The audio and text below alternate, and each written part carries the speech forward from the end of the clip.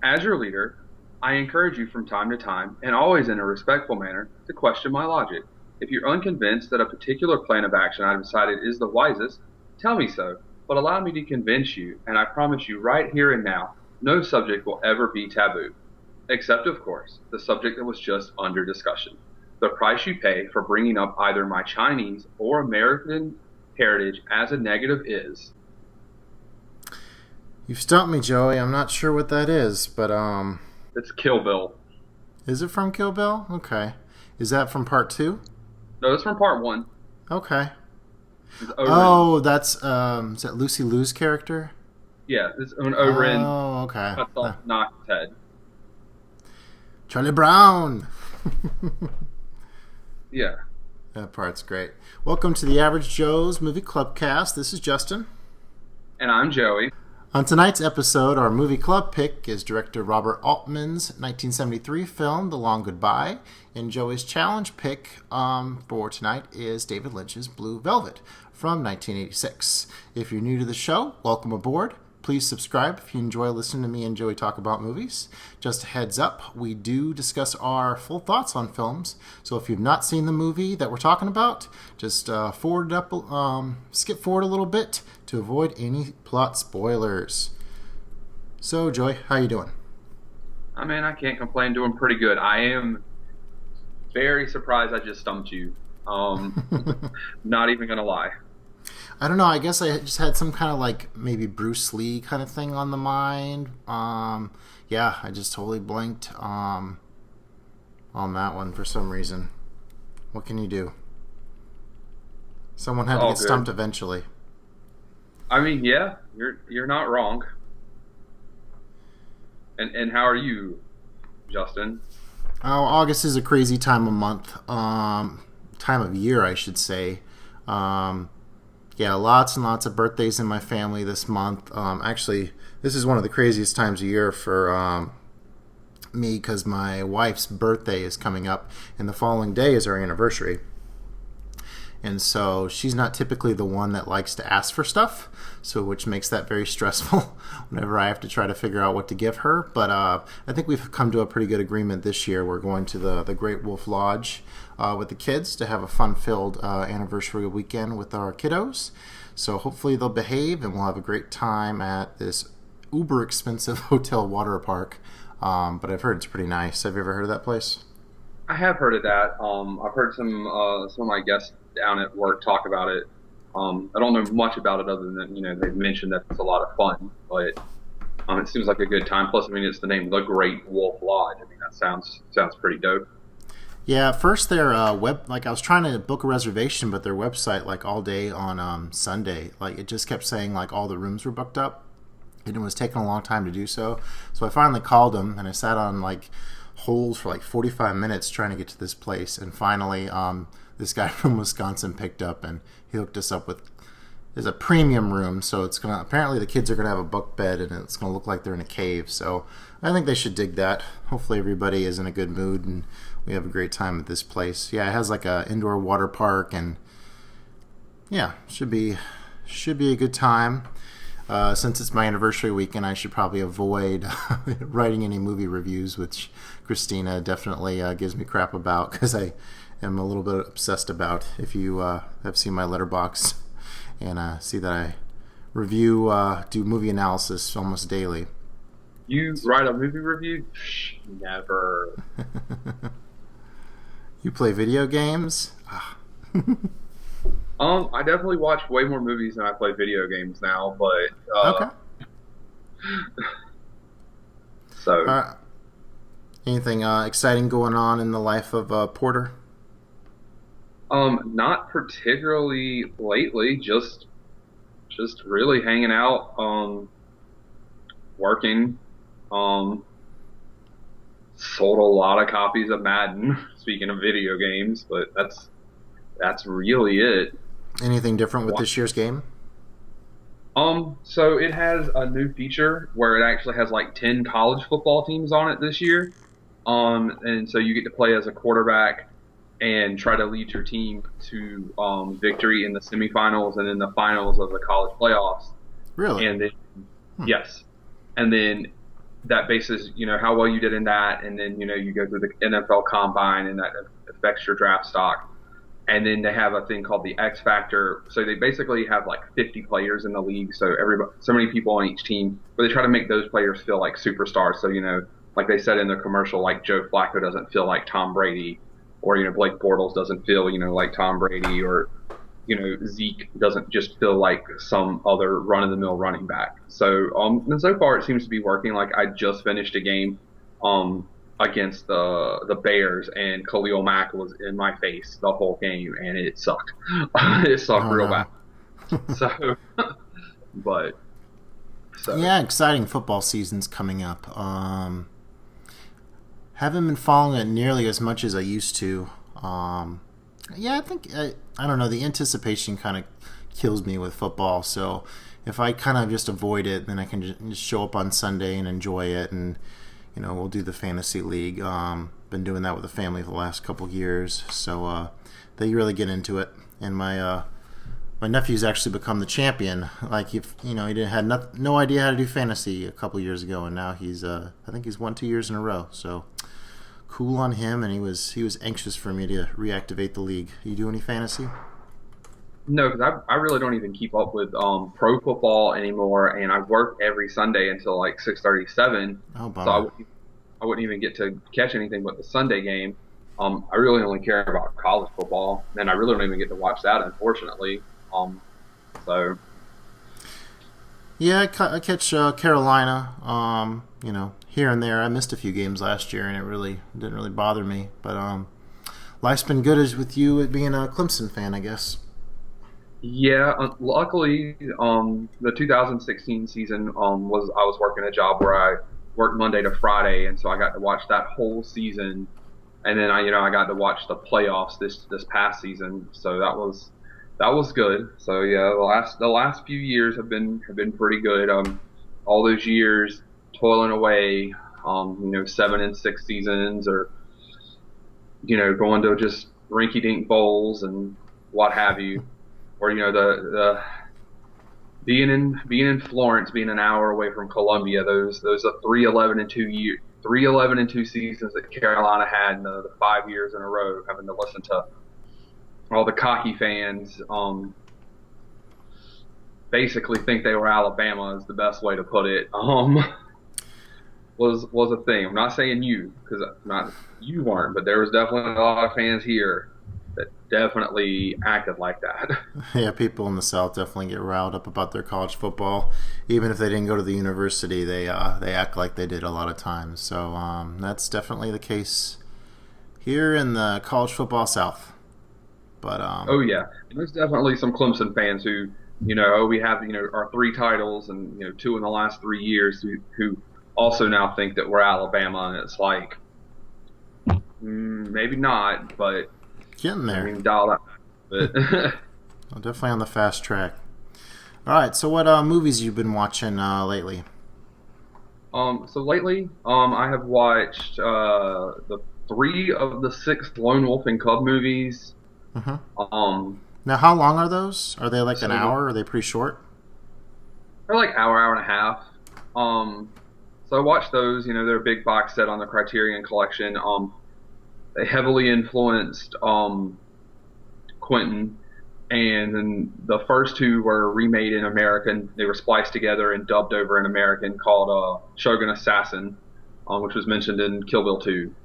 I watched a movie called Romper Stomper, which is an Australian movie. It was a real early Russell Crowe movie. It's about skinheads and their struggle with how their neighborhood is changing with the influence of Vietnamese people.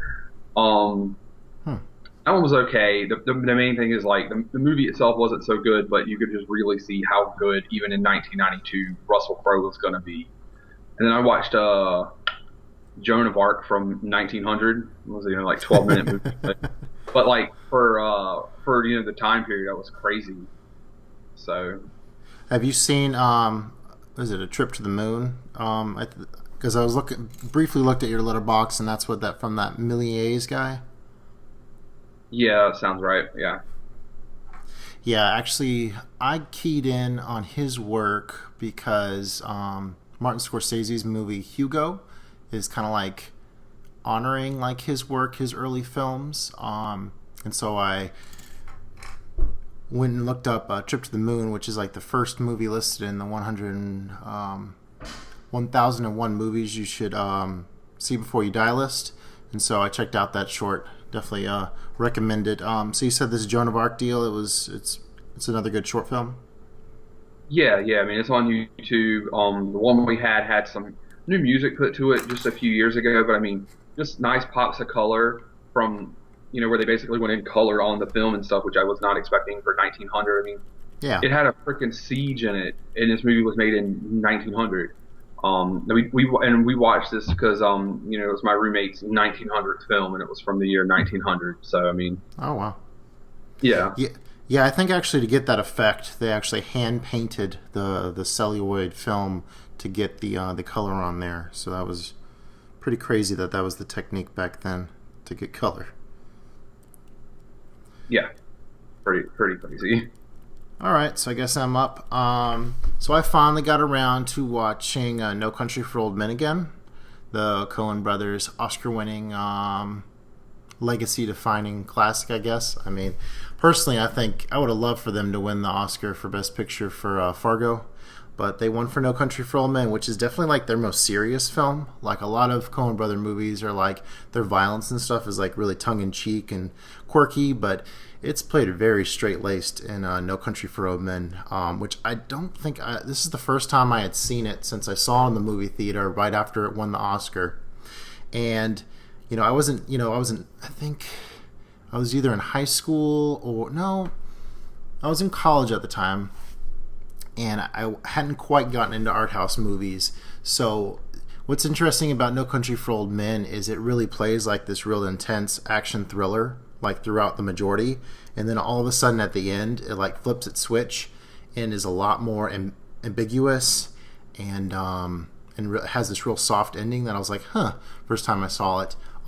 It actually won the Oscar over There Will Be Blood, which has kind of been a controversial topic in movie circles, whether it should have gone to the Coens or PTA. Preferably, I like There Will Be Blood. I've seen it many, many more times, but No Country for Old Men is definitely no slouch. I mean, Javier Bardem's depiction of that Shigura, I think the name of his guy, that his character, he's basically like the Grim Reaper incarnate in that movie. I mean, he's just like this complete psycho killer that like leaves all his kills up to chance, and he has some badass weapons with this like cattle prod thing that shoots. Have you seen No Country for Old Men? I saw it. I didn't see it in theater, but I saw it. Once it came out on Blu-ray. Not that long after that. I saw it and There Will Be Blood. I was not particularly fond of either one of them, but I do want to rewatch No Country for Old Men now that I have, definitely broadened my cinematic horizons, I guess I should say. Yeah, definitely. Javier Bardem was fantastic in that movie. Like you want to talk about a terrifying presence of a person. With the air gun that shot the prod that they used to execute cattle, and then that shotgun with the silencer on it. Yes. Man. I think my favorite scene has to be like, so the whole plot revolves around this money that gets found in the desert, and Josh Brolin character's on the run. And by far, I think the tensest scene is whenever Josh Brolin is hiding out in this hotel room and he has the money stashed up in the air duct, and you see Javier Bardem like pull up his car, and as he gets closer, you hear deet deet deet deet deet deet deet deet deet deet, and it's almost like creeping death or something, because he's pretty much indestructible as you see as the movie goes along. Great flick. What else did I watch? I saw Rocky 4. I was watching the CNN documentary series about the movies, and so they had a little section on Rocky, Sylvester Stallone, and so I was in the mood to show my kids Rocky 4, which was actually my first Rocky movie. It was actually also the first DVD I ever watched, and yeah, this one's near and dear to my heart. It's probably the silliest of the Rocky movies, but that really doesn't affect me. I mean, it's so like ingrained with like who I am, I feel, as like growing up watching movies. I love the score. There's so many classic tracks in there that I used to listen to working out a lot that just kind of gets me all excited. There's a lot of cheesy dialogue throughout. A lot of the Rocky movies, they'll focus like a lot on like character moments and stuff, and they get kind of dragged out, and you're like, oh, just get to the montages and get to the boxing already. And that's exactly what Rocky 4 does. It's montage after montage after montage. I mean, they have a montage devoted to the other movies, and then they have a montage, and then they have a little break, and then another montage, and then there's another montage in the final boxing bout between Rocky and Drago. And I've always been a huge fan of Soviet and Russian history. I find that country absolutely fascinating. And so to have that Cold War element tied in there and see all the Russian stuff definitely is a cool thing. I actually visited over there in college, so I got to see a lot of that old Soviet relic stuff up close and personal, which is really cool. So I definitely have a deep interest in a lot of different either Soviet movies or movies about the Cold War in general. I've always piqued my interest. You fan of the Rocky 4? Oh yeah, no. I mean, I love Rocky growing up. Those movies were awesome, and I must break you. I mean, just not man, he has steel. Like, and you see, Apollo die at the beginning. Like, it's just, he goes out and he just starts training, and he trains in the woods, and he comes out and he got this big giant beard, it's, then then he turns the Soviet crowd to cheer for him, and Brigitte Nelson just, like, yeah, no, that's a movie. Like, it goes by real fast too. It's only like an hour and 25 minutes or something. Yeah, it whizzes by, so that's a good time. Even though it has a ridiculous robot butler in it. Oh well, yeah. I mean, it was still the '80s. You got to have the robot butler. I mean, that was the '80s trope. Of course. All right. So we had mentioned on the last episode that Spine 1000 was announced. It's going to be that Showa era Godzilla series, and so I took the opportunity to start watching these Godzilla movies, and I didn't decide to watch them in order. I've seen two so far. I saw Godzilla versus Mechagodzilla, and I saw Mothra versus Godzilla, which are two very different movies. Mechagodzilla might be one of the silliest movies I've ever seen. It's like about like these aliens that come to Earth, and Godzilla shows up, and he looks like Godzilla, but no, he's actually Mechagodzilla, and he turns into the metal guy. And when the aliens get killed, they turn into these people from Planet of the Apes, and it's uber ridiculous. The fight at the end's really good. It's one of your typical action movies where you get a little bit of a fight at the end. There's a bunch of nonsense in the middle, and then they have a good fight at the end. I'm not sure. Fight at the end. Fight at the beginning, nonsense in the middle, good fight at the end. Mechagodzilla versus Godzilla.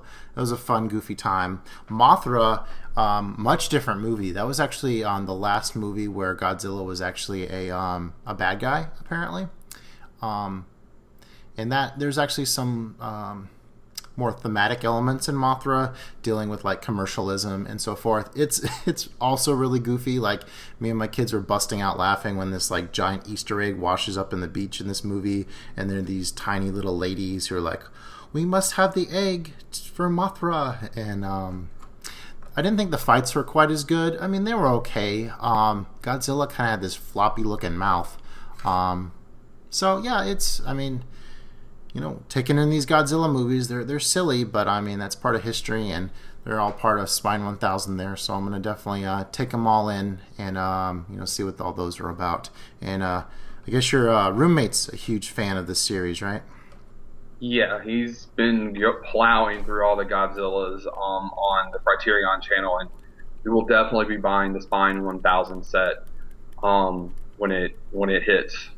So Sweet. and then he's watched some of the ones that aren't going to be in that set. I mean, he loves Godzilla completely. Like he just loves it. So Very nice.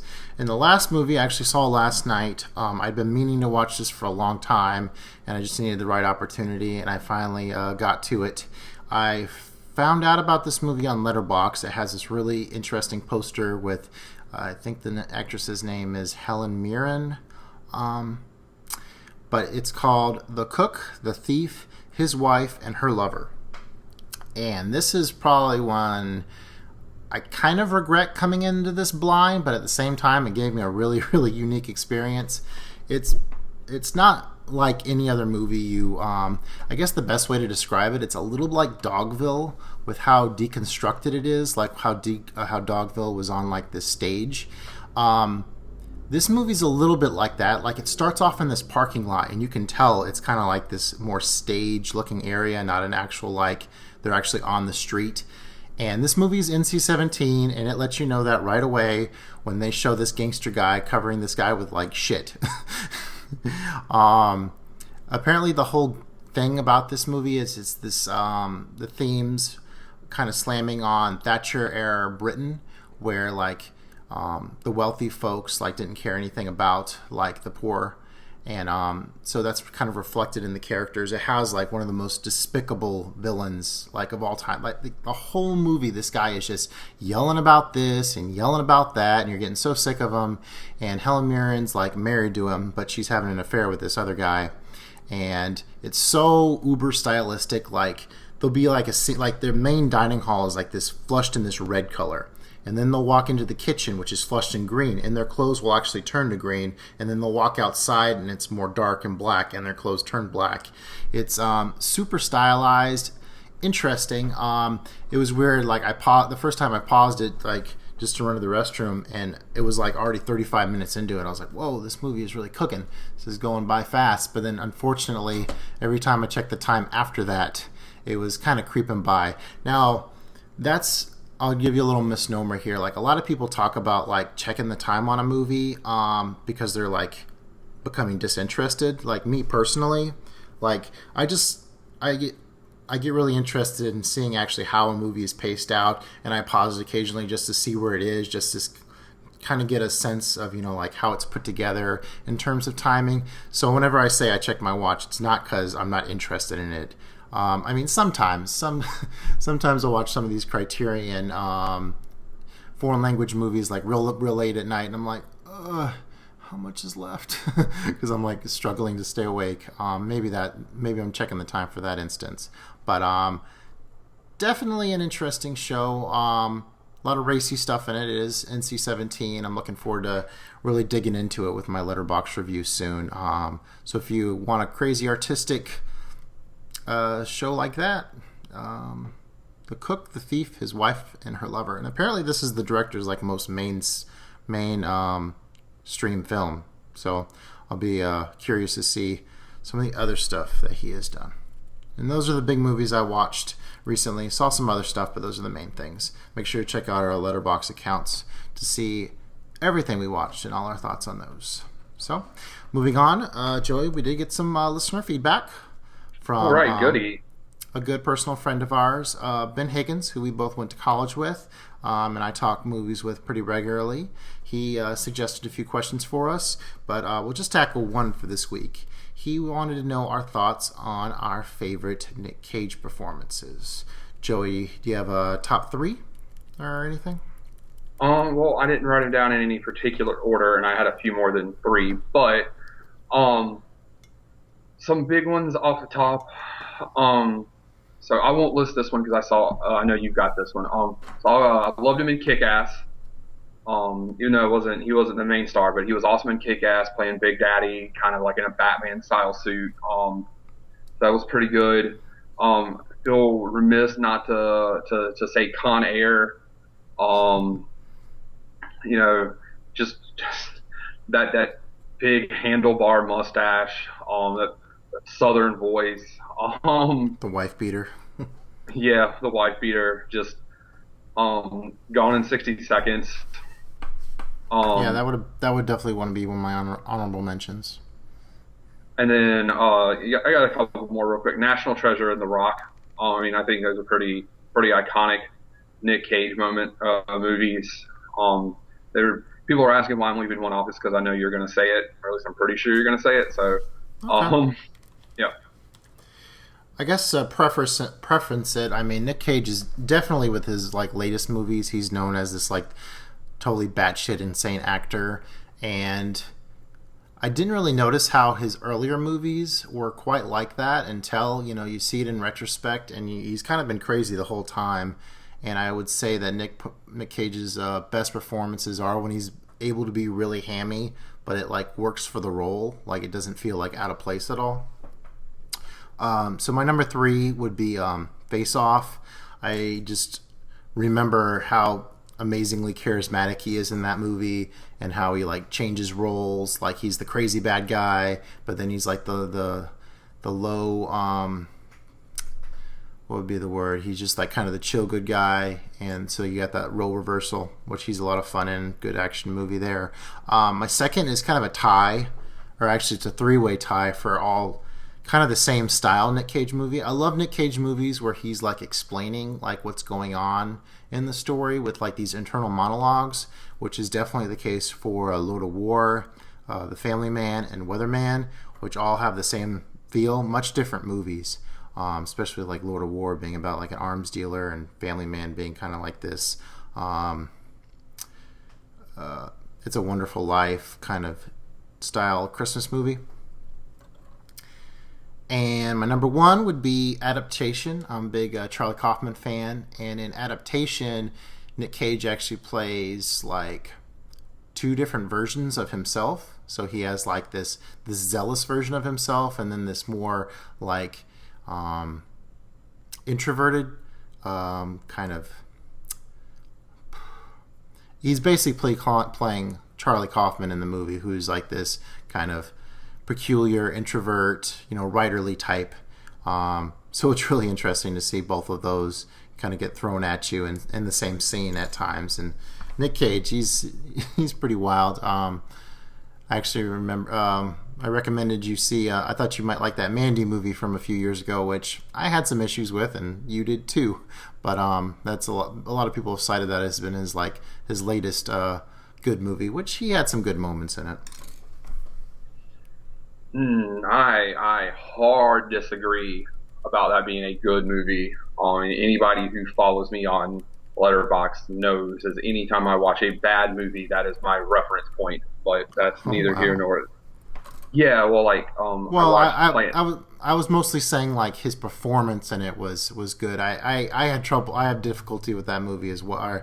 The first time I saw it, I definitely had. I haven't seen it since, but the first time I saw it, I was like pretty underwhelmed by it. But go ahead. I was about to say I mean I don't even think he was. I don't know. I think the only redeeming quality in that movie was the tiger. To like I think that movie they wanted you to need drugs to watch it, but they took all the drugs while making it. It was like that's a batshit crazy movie, and like I don't know. It was we just sat there the whole time just wondering like because it was it was all over the internet how good it was. I had some friends telling me, oh my god, it's so good, it's so metal, and then we got there and we were just like, what, like WTF is going on? And yeah, we got to the end and we were just like there's the scene with the kaleidoscope and the dude like reading the soliloquy, like preaching, and his wang's hanging out, and then you got Nick Cage, and he's got a like a barbed wire crown, and he gets stabbed in his rib cage while he's got a stigmata going on, and you're like, what is the Christ reference? And like it's like, and my brain hurts thinking about it. It just. Mm. Like I rated that last year as my worst movie from last year. I didn't think it was quite that bad. I actually, a lot of people say his. Let me look up the director real fast.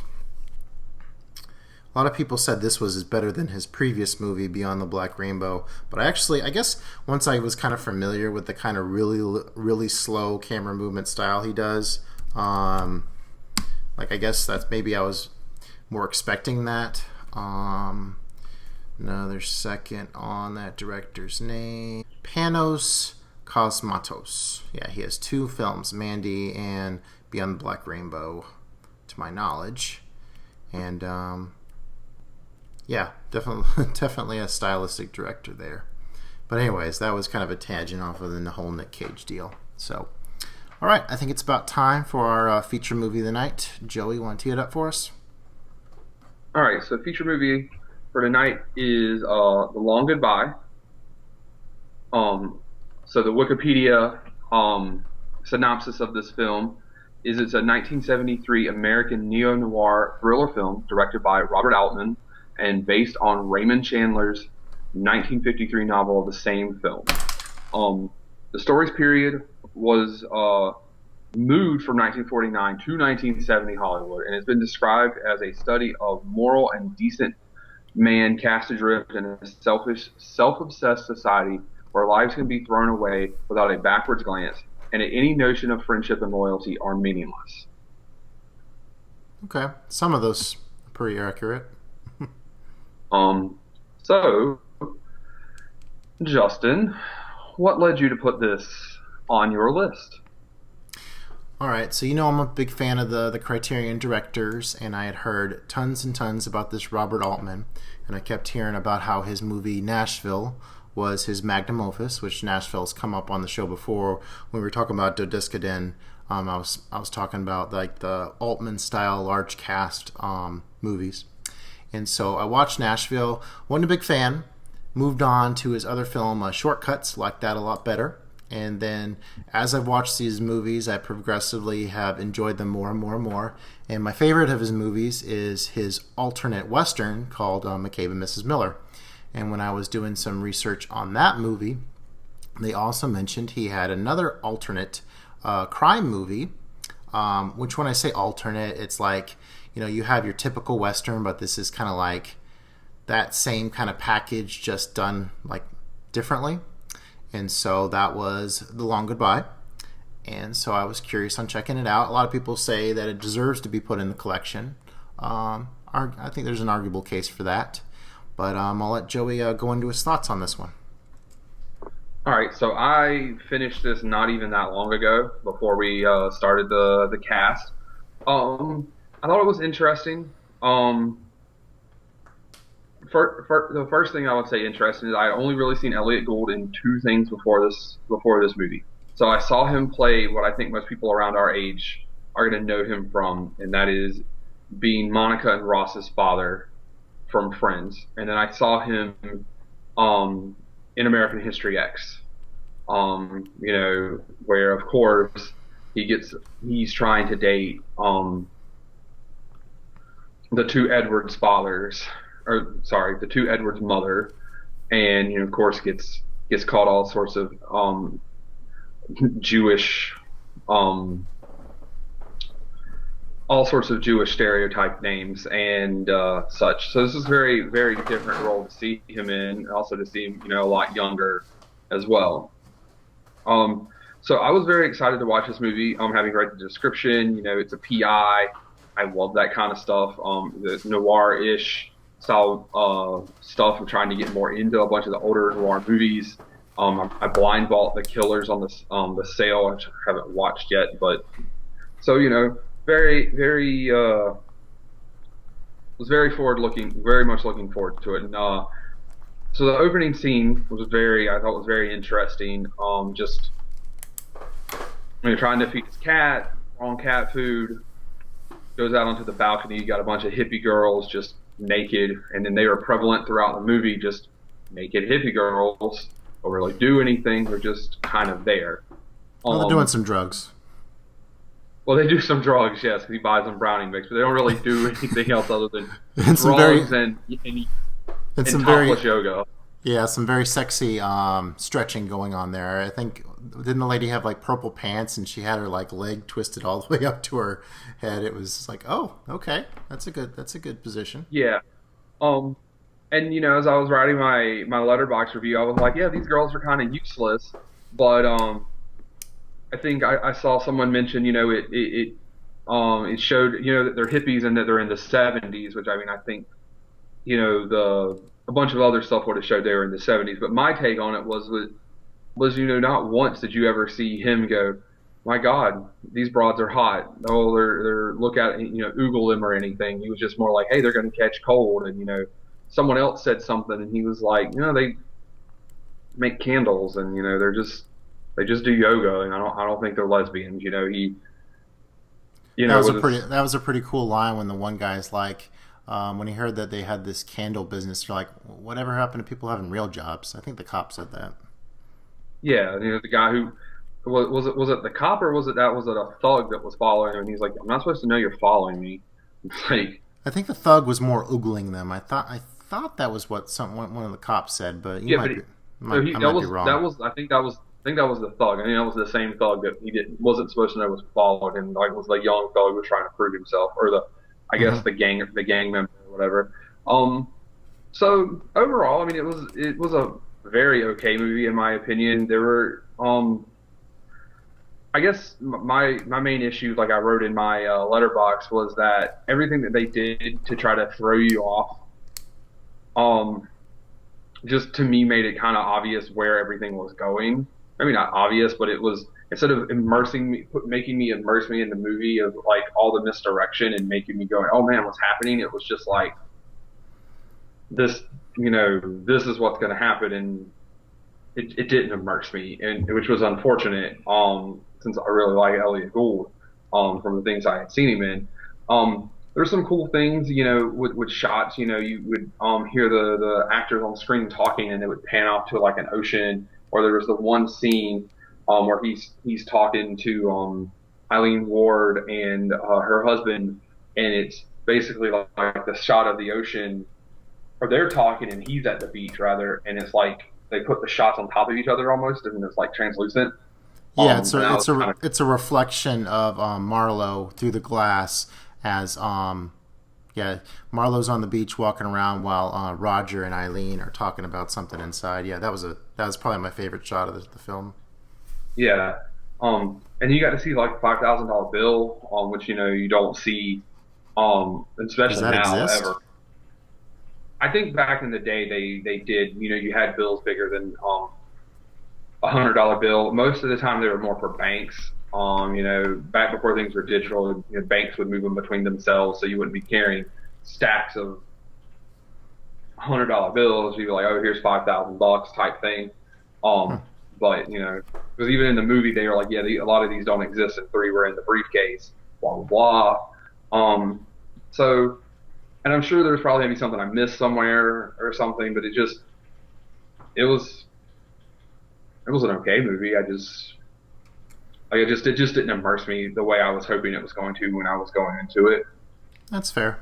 I want to start off by saying that, man, I had some crazy serendipity coming into this movie because, so like I had mentioned, Ben, he's our buddy. Before, I'm kind of doing kind of a scaled back film club with him, and he encourages me to watch a lot of older movies like Hitchcock and stuff.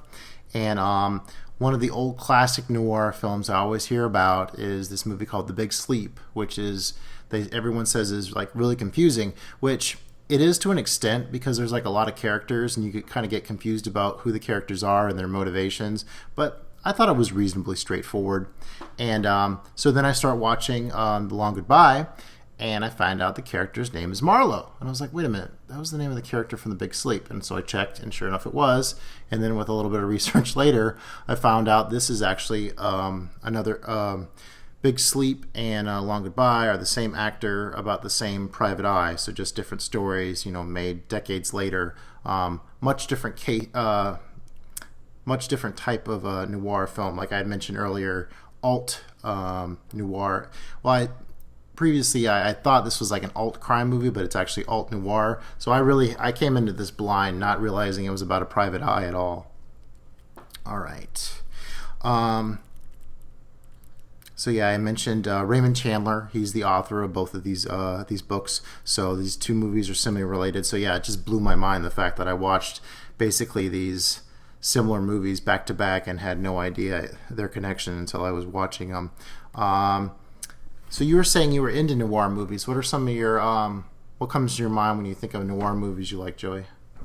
Um, well, it's kind of, since it's such a like, kind of a broad term. Like me and Carl were talking about it. So I watch a TV show that I've been fairly obsessed with for a long time called Veronica Mars. I always just referred to it as like a sleuthy detective show. And then I was watching some extras about the movie, and they were, they kept referring to it as a noir movie, and I was like, what noir more, black and white and old, but as the director and the writer referred to it as a noir.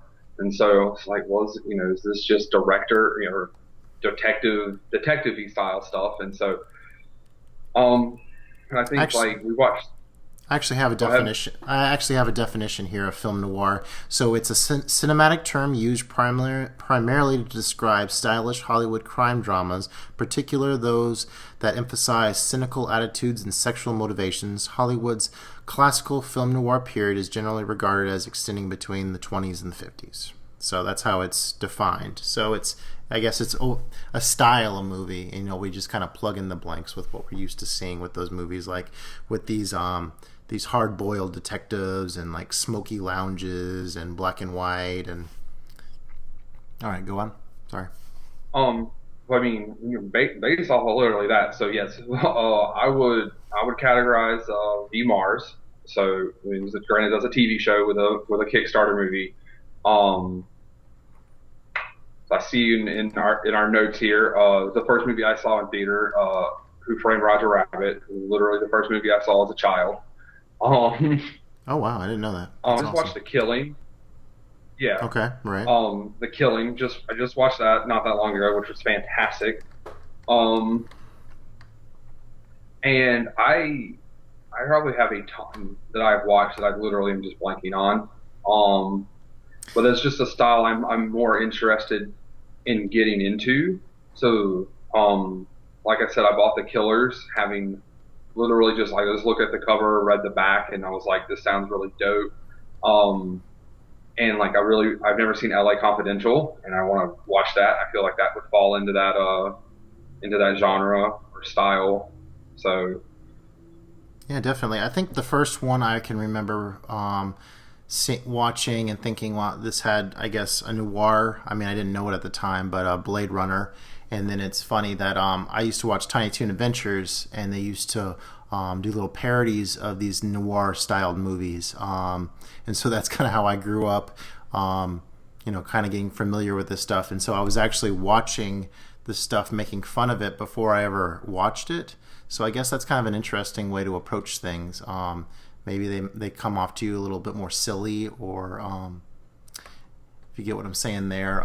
Like a lot of people hate on the Harrison Ford like voiceover stuff in Blade Runner, but like I thought it was completely natural because I was used to hearing that stuff in like Tiny Toons and thinking, that's just how it was. These silly voiceovers explaining exactly what's going on, but apparently that's very frowned upon in the actual noir community. All right.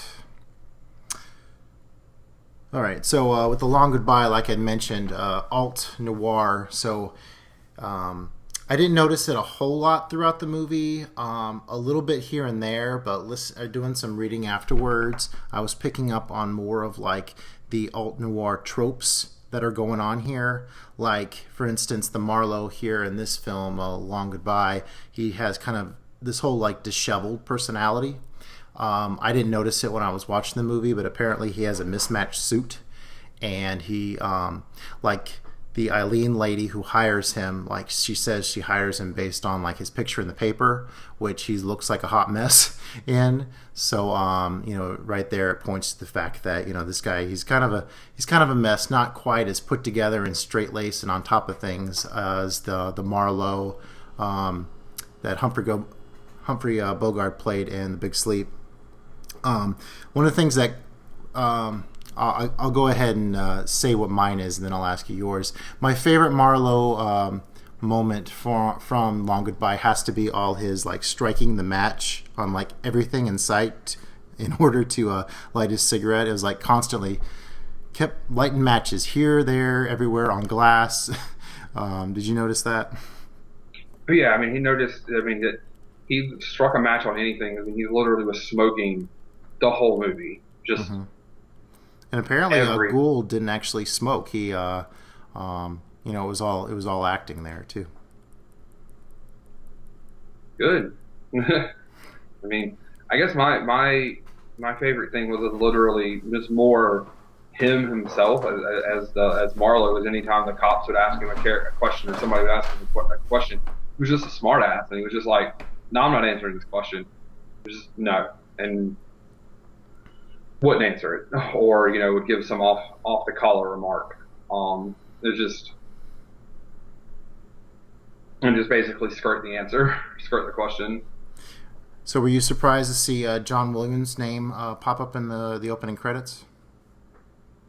I think I missed that. Oh, To okay. be Yeah, I guess he worked on the whole Long Goodbye song with this other composer or songwriter. There's not a lot of music in it. There's lots of different variations on this Long Goodbye song, and then Hooray for Hollywood, which is kind of funny if you know more about Altman. Altman had a history of 3, 2, 1. So Altman had a history of like not getting along well with the Hollywood system, and that's really shown in his movie The Player from the 90s. And so I think the whole Hooray for Hollywood thing is kind of poking fun at his relationship with Hollywood there. And yeah, so John Williams, one of the composers for that. Definitely not his characteristic Star Wars, Indiana Jones kind of stuff. Yeah, definitely. Or Jaws. I think he did Jaws, if my memory serves. It's like, Yep, Harry Potter too. yeah, yeah. So definitely a ways away from all that stuff. Um, you had mentioned the cat earlier. Yeah, that was a pretty funny scene. Him getting woken up in the middle of the morning by the cat. And I looked at the scene back. At first, I recalled the whatever he's putting in that dish to be like cottage cheese, but I think it's ice cream. But then he cracks like a raw egg on it. I'm like, oh yeah, I can understand why that cat doesn't want to eat that.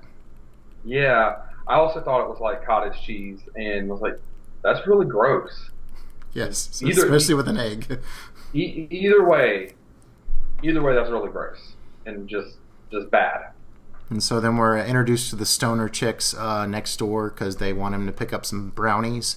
So he goes off to the grocery store in the middle of the night, which pretty impressive that they do have a grocery store open at 3 o'clock in the morning back in the 70s. Things haven't changed too much. I remember being in Sweden, and it would be like midnight, and we'd be like, oh, I'm thirsty, let's go get something to drink or something, and like, no, everything's shut down. Have you ever been in a town where everything shuts down earlier? Yeah.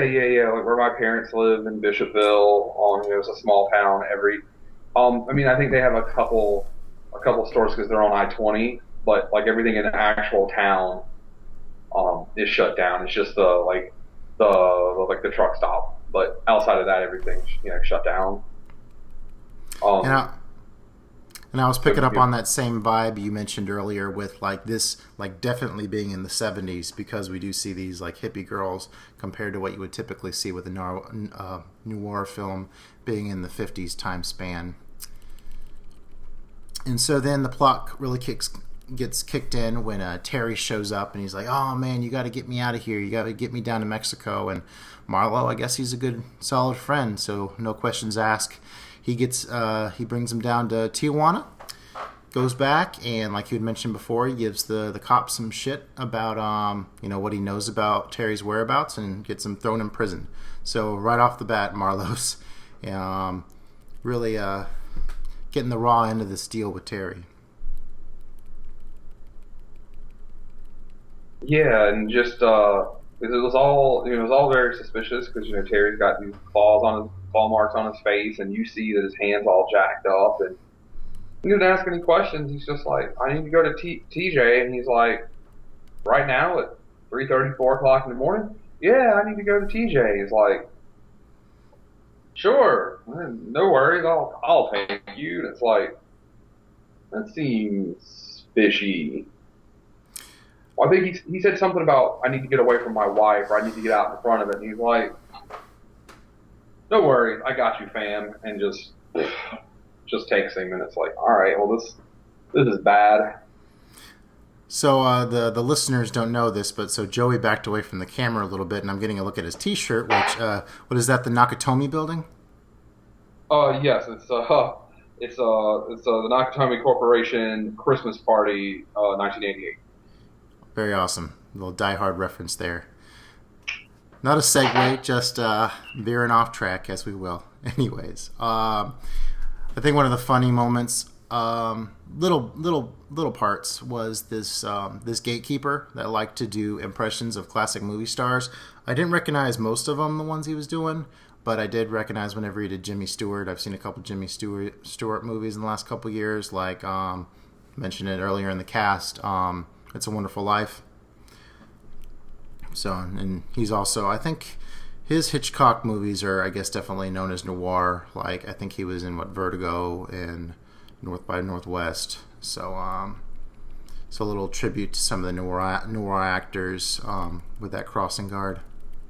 As I was kind of watching the movie back through before we started the cast, in addition to that shot you had mentioned earlier with us seeing Marlowe through the glass on the beach, my other shot I really enjoyed was whenever he goes to the bar after getting out of prison, and he's like sitting there having a drink, and like the light behind him is like way blown out, and typically in like film craft that would be seen as like a real bad thing, but I think Altman definitely had kind of a style going on here with I'm not sure really if he's really trying to say anything. I just thought it looked really cool with how it was so blown out with the light in this dark room, and then you see all the smoke going up, so it kind of gives you that noir feel.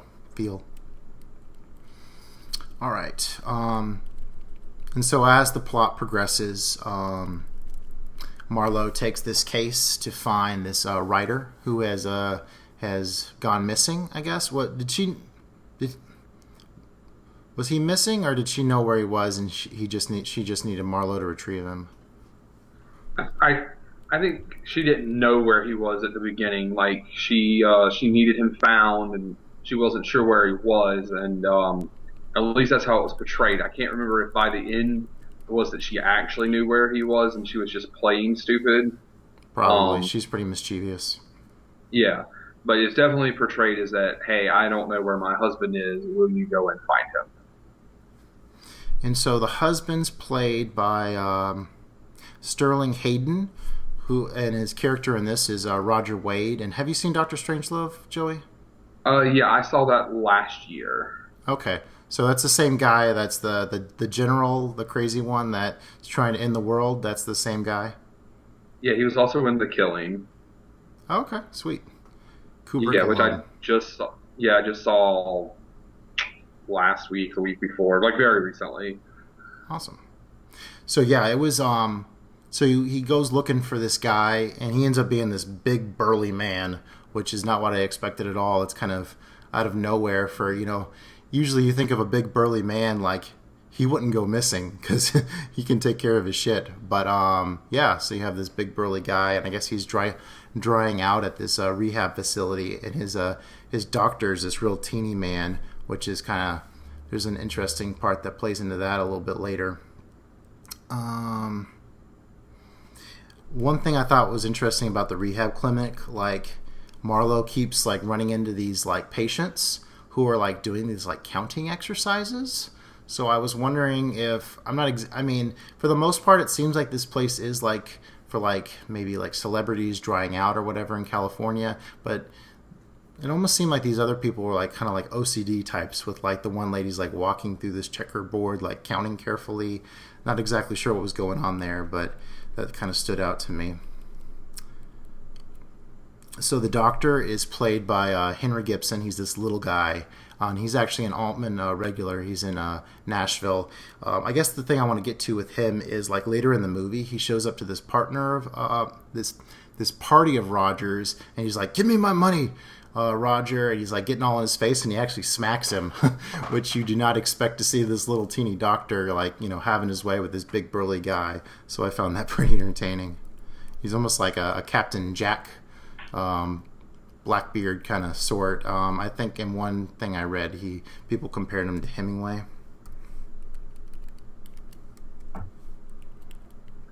Yeah, he was like very aggressive towards this guy who was much larger than him. It was kind of surprising. And so the other real entertaining part of the movie, disturbing and entertaining, I think we had mentioned earlier, the gangsters. And so apparently the money that Terry had taken were from these gangsters, and so they're looking for their money, and they're getting in Marlowe's face to find it. And so they're trying to shake him down for it. And then all of a sudden, like the main gangster's girlfriend, not wife, I'm pretty sure they made that distinction, comes in the room. And to make an example of her like barging in on his business, he like totally like smashes this Coke bottle against her face, which is like the most violent thing in the whole movie, which is really comes out of nowhere. And you're like, oh my gosh, even like the thugs, like the goons for this boss guy are like, oh my god, I can't believe he did that. Yeah, and well, it was he was like, I love you, you're the most important thing in my life. I sleep with tons of other women, but I only make love to you, and then just hits her with a Coke bottle. And if any of you, remember, what glass bottled soda, soda in a glass bottle, how thick those bottles are. Like, he smashes it on her face.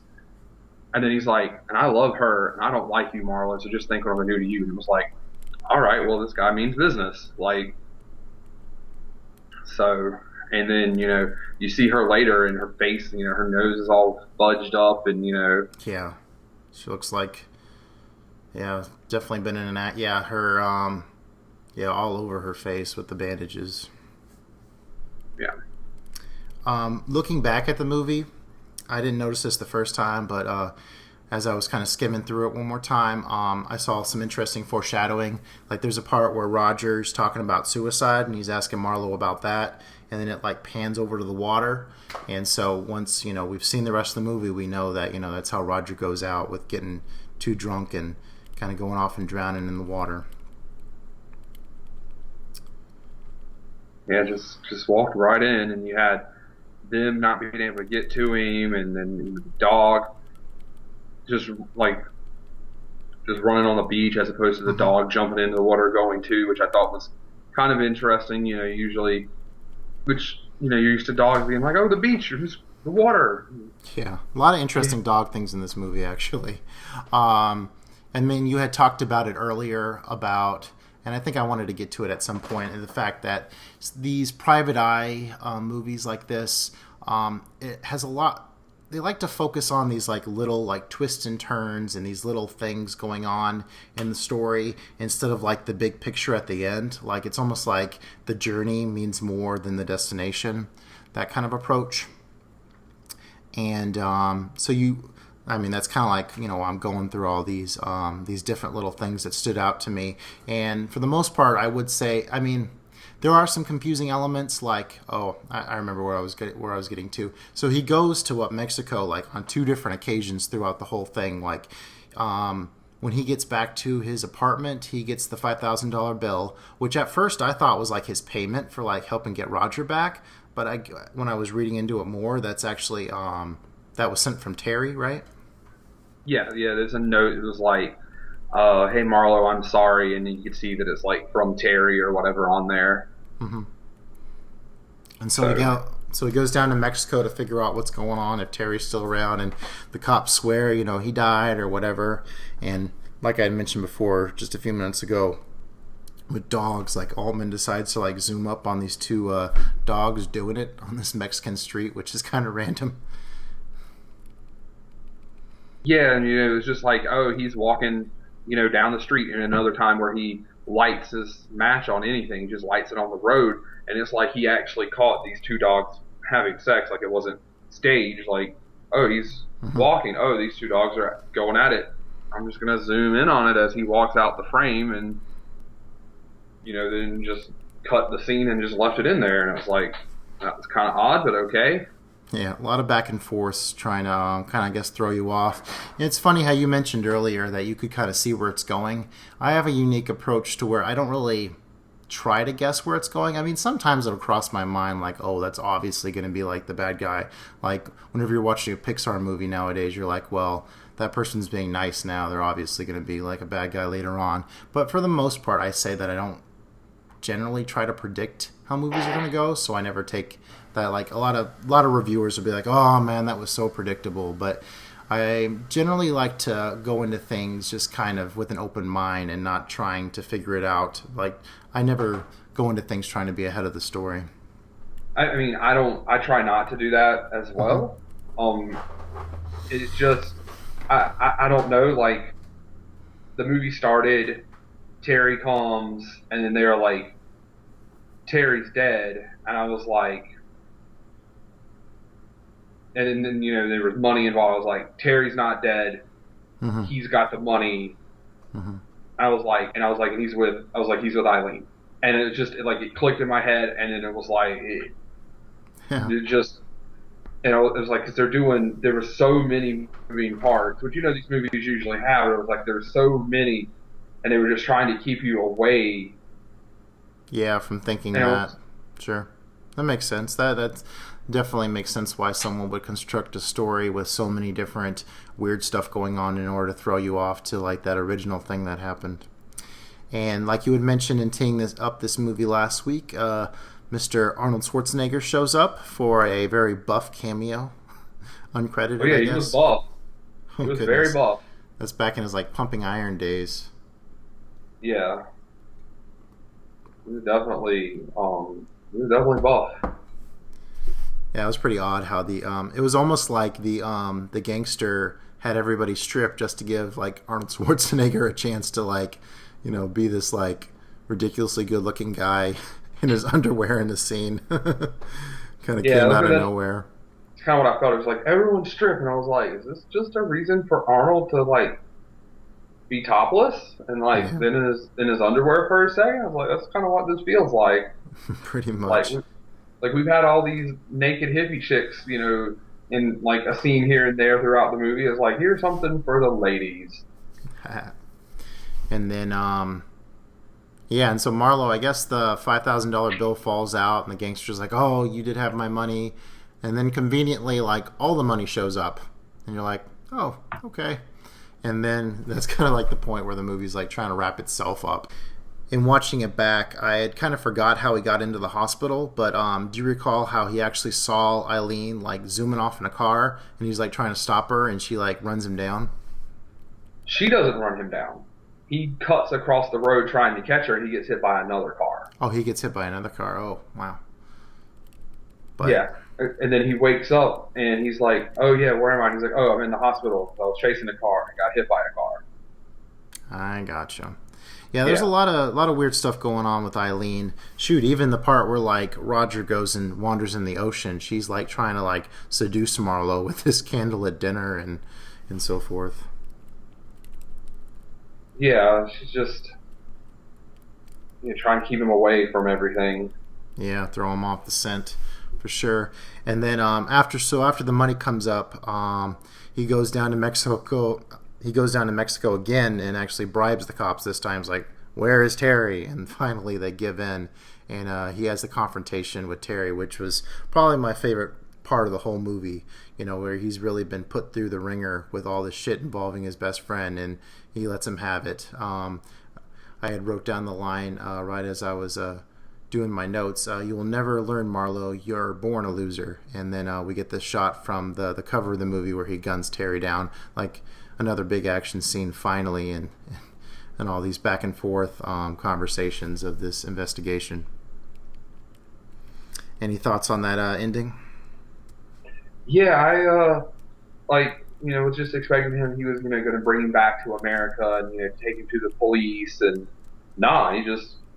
he just guns him down. Yeah, it definitely seems like it's against the typical noir character to actually have some revenge after all that nonsense.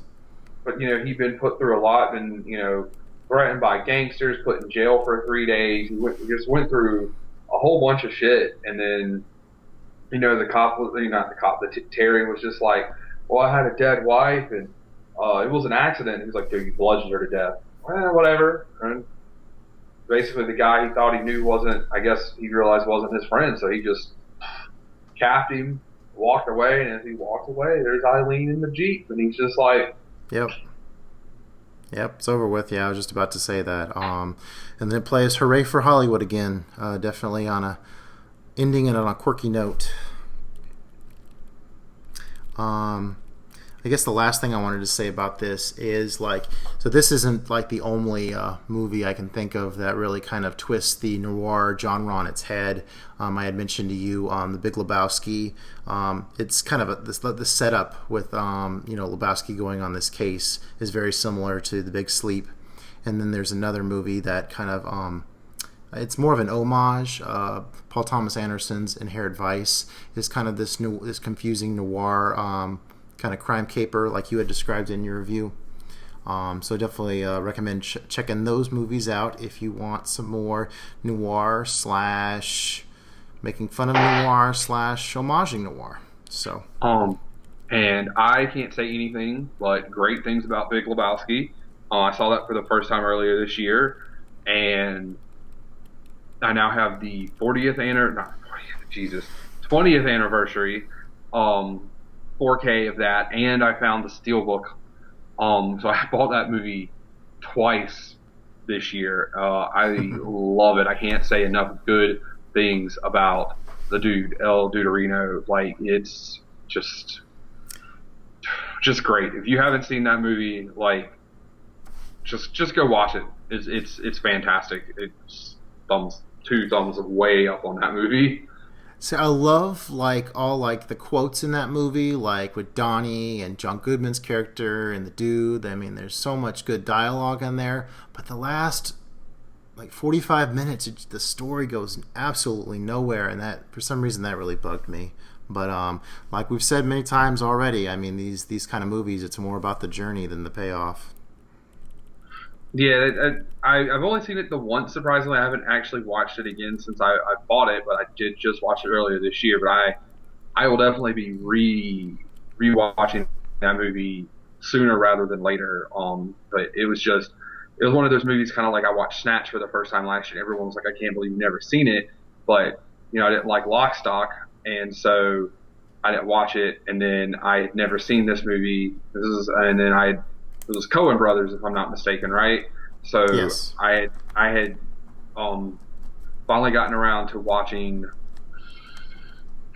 the movie we were talking about earlier, No Country, okay. And I was not a fan of it, and so I was just like, oh well, I probably won't like this movie, and I just didn't see it, which didn't make any sense.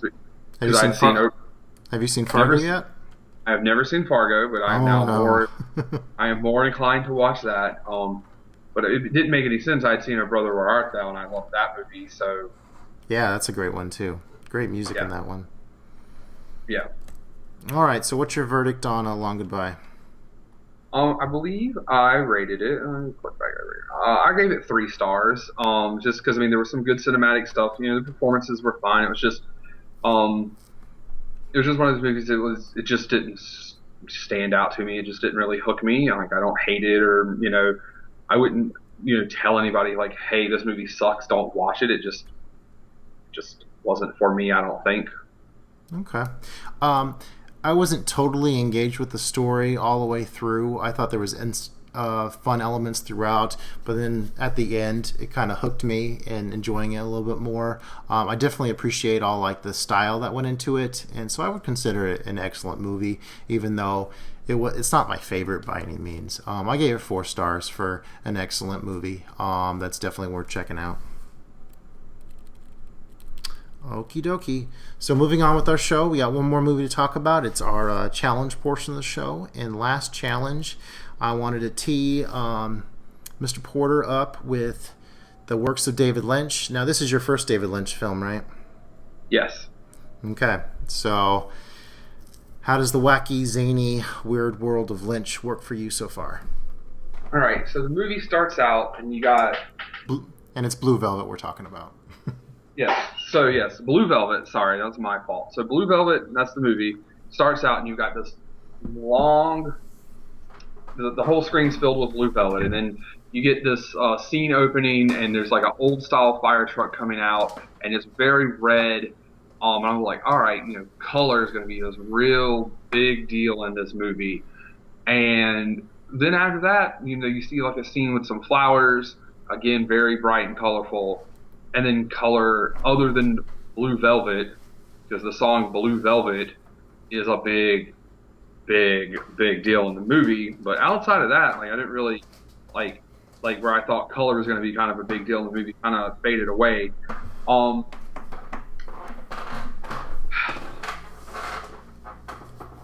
I don't know. Again, I feel like I've watched a lot of movies very similar to this, at least in premise. You've got a kid kind of spying on something, with another teenager. So you got two teenagers spying on something that they shouldn't be spying on, messing around in some stuff, getting into stuff they're not supposed to be getting into, way above their heads. And then I don't know if it was the way it was shot, it was the dialogue. I mean, considering like every utterance of the F word other than one was by Dennis Hopper, in which Dennis Hopper's character makes the other person say it. Also, screw Dennis Hopper's character. My God, what a piece of shit. Which, I mean, kudos to him. That's good on him.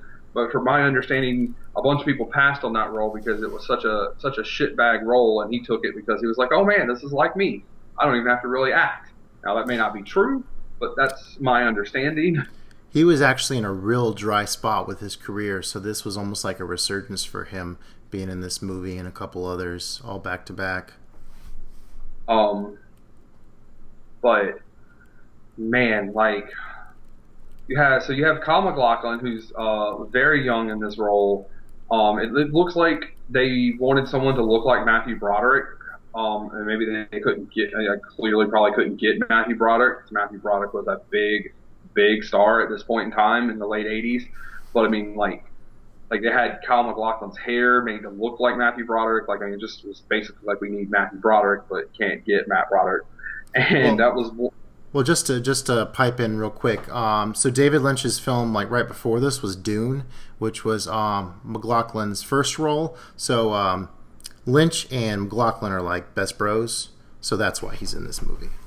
Okay, well, I still maintain they wanted him to look like Matthew Broderick, because I think they had his hair and everything styled like him. But fair enough. Maybe they weren't trying to shoot for him, but maybe they just wanted him to like, he looks like him. And you had Laura Dern, from Jurassic Park fame, like 7 years later, I think, or so. Right. And then of course Isabella Rossellini. And I couldn't get into it. It didn't do anything for me. He finds an ear, takes it to the detective. They go and search the field. Laura Dern's the daughter of the detective. Hey, I've heard it's this lady. They go start investigating, kind of doing their own investigation, basically kind of being PIs, basically sticking their nose in where a bunch of kids shouldn't be doing, and how they run into Isabella Rossellini's character, and then by extension, Frank Booth, which is Dennis Hopper's character, and it just right.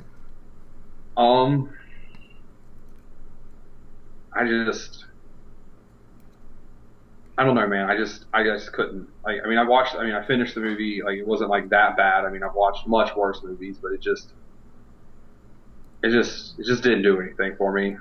All right, yeah, Lynch he's kind of a weird one, an oddball to kind of get into at first. My first Lynch movie was Eraserhead, and I remember watching it again. I watched it 2 times, and it wasn't until the 3rd time where it was like really clicking with me, but that's very Lynchy. A lot of people consider Blue Velvet to be like the best starting off point for Lynch, watching his filmography and some of his weirder stuff, like I said, Eraserhead, Mulholland Drive, Inland Empire. Now, Lynch is really kind of a special director for me because, like, whenever I had kind of my resurgence and interest in movies, he was like the one director where I decided I was going to watch like all of his stuff. And I've had a lot of conversations on Letterboxd and different social media platforms on the best path you should take through Lynch's work. And so having seen his entire filmography, like I really get what he's like going for with some of this stuff, because you see a lot of like the building blocks of what he would do with his TV show Twin Peaks in here. And so to me, Blue Velvet is all about like this like little slice of Americana in this little town in North Carolina, which is where it was shot, and how underneath it all you get like the seedy, dark underside of life. And so you see that. And so like in the opening shot you had mentioned, like with the fire truck or whatever, it's all in slow motion and they're playing the Blue Velvet song kind of in this 50s dreamy style. But then you'll notice like it pans down to the ground and you see all the bugs in the grass. Did that catch your attention? Oh yeah, no, because I mean I made the joke of like, oh, we're going to see Anthony, and then it wasn't ants, it was beetles or something of that sort. But yeah.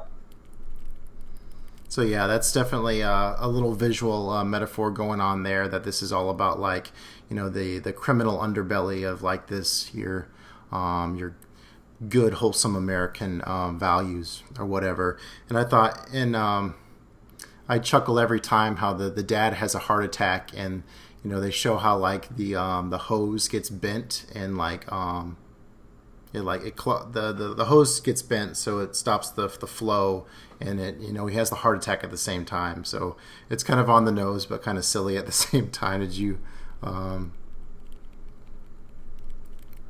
mean, yeah, I just was like, okay, you know, is he having a stroke, heart attack, you know, whatever.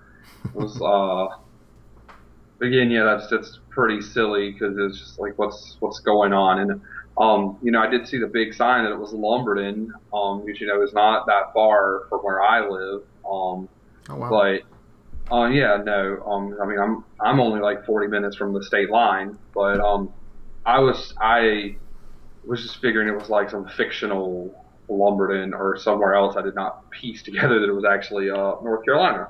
I think I missed that somewhere in there, so that's kind of interesting. So then, as the movie gets going, you're kind of reminded kind of how cheesy it really is with like this kind of 50s style, like McLaughlin and Laura Dern. They're talking about what they should and should not be doing, and you know McLaughlin gets all curious about checking out Rossellini's apartment, and I'm not sure about this. You know, it's just a crazy life, and so all that stuff is really played up. Lynch is really into dreams, and for him, I guess the whole idea of this movie came from this idea of finding a severed ear in a field, and so that's kind of your launching point off into like this dream that McLaughlin's character goes on in this journey into the underworld of this town. And you'll notice at the very end, you know, he zooms out from the ear whenever things are all on the straight and narrow again. So it's bookended in that way. So getting to, I'm not really be interested to hear more about your disdain for Dennis Hopper's character. I love some of these quotes, man. I mean, Heineken, fuck that shit. Pabst Blue Ribbon, give me my bourbon. Don't fucking look at me. Daddy wants to fuck. I mean, there's such ridiculous lines. And at first you're watching and you're like, is this just bad acting? But the more you watch this character, this guy's a nutball, and he's really insecure with himself. Like, he's huffing this gas, and he's having these weird sexual things with Rossellini, and, like, him and his buddies, I mean, they're just kind of riding around doing nothing, and he's like, pour the beers, man. I mean, it's almost like college kids hanging out, not knowing what the fuck to do, and they just stand there and drink beer. It's so, like, nonsensical and really having no idea what's going on. I mean, the only element where he actually does seem composed a little bit is when he has that ridiculous disguise with the whole like whatever kind of robbery they're trying to pull off. I mean, he it's not that it's, you know, necessarily like, oh, I hated his character because he was bad. I mean, it was like that it was a bad character. It was that he's a bad character. Like, he's a bad dude. Like, he's despicable. Yeah. Like, he's a despicable dude. Like, I mean, they've got Rosalini's like husband and kid or just kid like kidnapped and being held ransom, and he beats the shit out of her so much to the point of like when she hooks up with McLaughlin's character, and they're just having normal consensual sex. She's like, hit me, and he doesn't know what to do. So he hits her. He's confused. With all that going on, but yeah, there was a lot of beer references because you had Heineken, and he mentions Heineken, and someone else is like, nah, Budweiser, and he's like, oh, the king of beers. I think there's a lot of beer sponsorship going on in this movie. Yeah, that was a pretty Um, cheesy line. yeah, it was, um, Kind of that awkward first date moment where you don't know what to say. You just kind of say the first thing that pops in your head.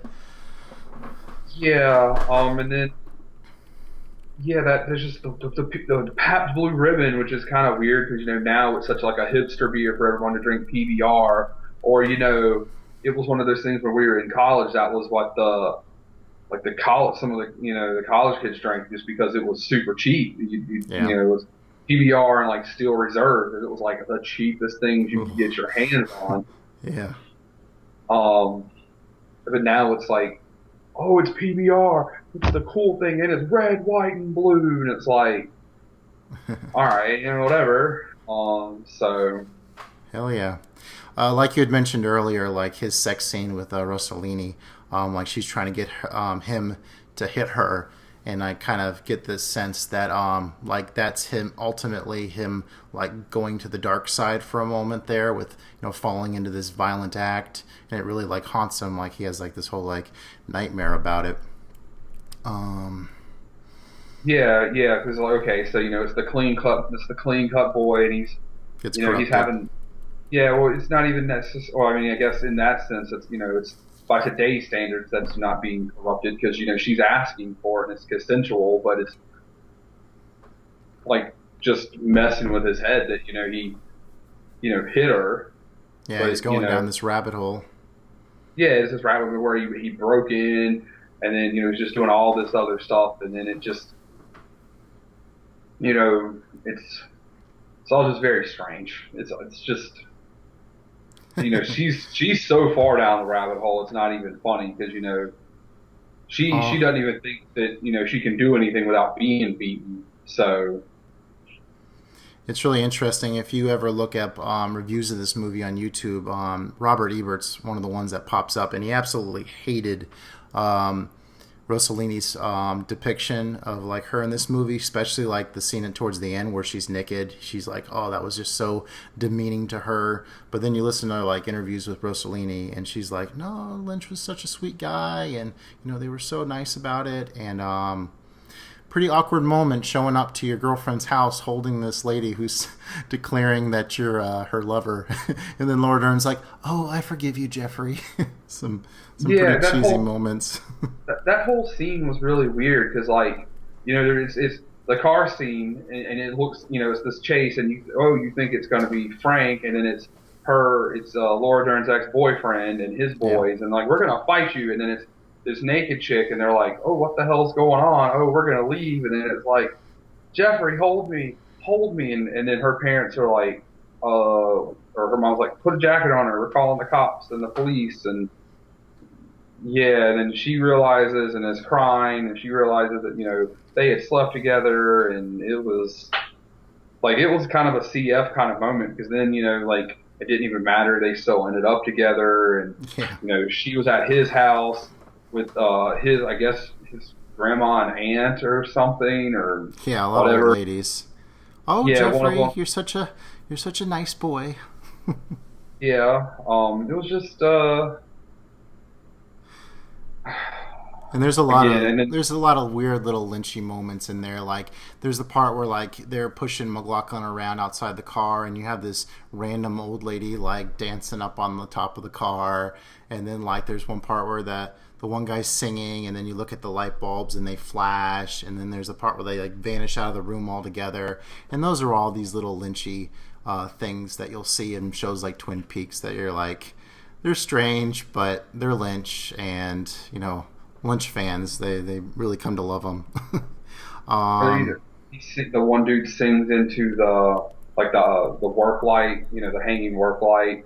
It's on the yeah. drop board. Oh yeah, I'm that's what sure that there's a was. Right. I'm sure there's a name for that. I apologize. I don't know it.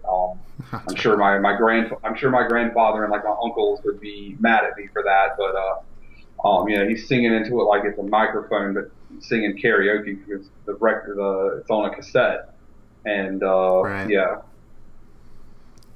And I guess the last couple things I'll say is I love the Blue Velvet Curtain. Like I just bought the Criterion Blu-ray, and I love how that's like the display, and it's almost like this curtain that's like once you pull back the curtain, you see this seedy underworld stuff that's deep in this Lynch movie, and then man, those scenes of her in the lounge club singing Blue Velvet, I mean, and the lights that shine in the back, I think red and blue, such pretty shots, and I mean, she sounds great, and yeah, Lynch is really into his lounge singers because you'll watch Twin Peaks, and actually the final season of Twin Peaks, every episode ended on this lounge singing scene that would go on for like 5 to 7 minutes of just this awkward like band playing it out kind of thing. So yeah, so this is the starting off point. Not so sure how Mulholland Drive will go in a couple weeks, but I don't know. We'll see. So, what was your final verdict on this one? I gave this one 2.5. And for me, I gave it 4.5. I really, really, really like it. I don't love it. I think the cheesy moments do get to me a little bit, and the story, I mean, it kind of slags in some areas where they're just kind of sitting there talking about, oh, this is such a crazy world. But I really love the themes, and I enjoy it. Not my favorite Lynch movie. That would, I think, be Mulholland Drive, which I don't know. I guess we should watch some more Lynch to work our way up there. I'm not sure if we should dive into that part of the pool yet or not. I mean, I've heard some different things. My roommate definitely has a different opinion than you. Like, he definitely thinks that the starting off point is Mulholland Drive. Oh, okay, So I interesting. mean, I don't know. We'll get there. Yeah. Maybe he more thinks that he's watched a lot of movies with me, and he knows specifically my taste Mm-hmm. a lot as well. So In Mulholland Drive, it's Naomi Watts that has more of the McLaughlin role from this, as the sweet innocent girl. So I don't know. Maybe the story might connect a little bit better with seeing her in that position. Who knows? Okie dokie. So it's next challenge time, and you're up to challenge me, right? yes, and I'm going to challenge. So I feel like you're going to enjoy this because it is a criterion. I'm going to challenge you to. And it is going to Cool. tie. It's going to tie back in because you know how I love to do that. It's going to tie back into my opening quote. My opening quote was from Kill Bill, and it was by Lucy Liu's character Oberyn Ishii. So I'm going to challenge you to a movie that I watched last year. I'm going to challenge you to Lady Snowblood. I Um, was actually thinking the other day on the couch. I'm like, I really hope he challenged me with Snowblood because he was into that, and I have yet to see it. There's two movies, right? yes, actually, if you buy Lady Snowblood on Criterion, you get both of them, and they have two separate spines. And that was my first Criterion on Blu-ray, and the first one that I intentionally bought as a Criterion. I had bought Chasing Amy years ago when I didn't know what Criterions were or anything. So this was my first intentional Criterion pick last year at Awesome. the Christmas or end of year sale, I guess, fall sale, whatever. So I really, really enjoyed it last year. It made my top 10 movies from last year. So Awesome. And that's going to be paired with the only other movie from your movie club list that I haven't seen. So the rest I have seen, but the one I haven't seen is Leonardo DiCaprio and J. Edgar from 2011, directed by Clint Eastwood. Heard real mixed things about this. Leo's great, so it can't be that bad, right? I mean, Clint usually directs good movies, and Leo is awesome. So I mean, it seems like it's going to be good. I think a lot of people might have labeled this as like Oscar bait, but I don't know. We'll judge it for ourselves. Yeah, I mean, I guess we'll know soon enough. Yeah, in 2 weeks. We're definitely going to try to make this a 2 week show. And I mean, life's going to happen in between, but we'll do our best we can. I mean, we're in the early stages, but I definitely think we're starting to find our groove here in episode 8. Oh yeah, for sure. It definitely feels that way. So awesome. All right, thanks so much for everyone listening to the show. If you enjoy listening to us chat about movies, just hit that subscribe button. You can find us on YouTube and SoundCloud. How can they ask us questions? They can ask us questions by sending them to us at the Average Joe's Movie Clubcast at gmail.com.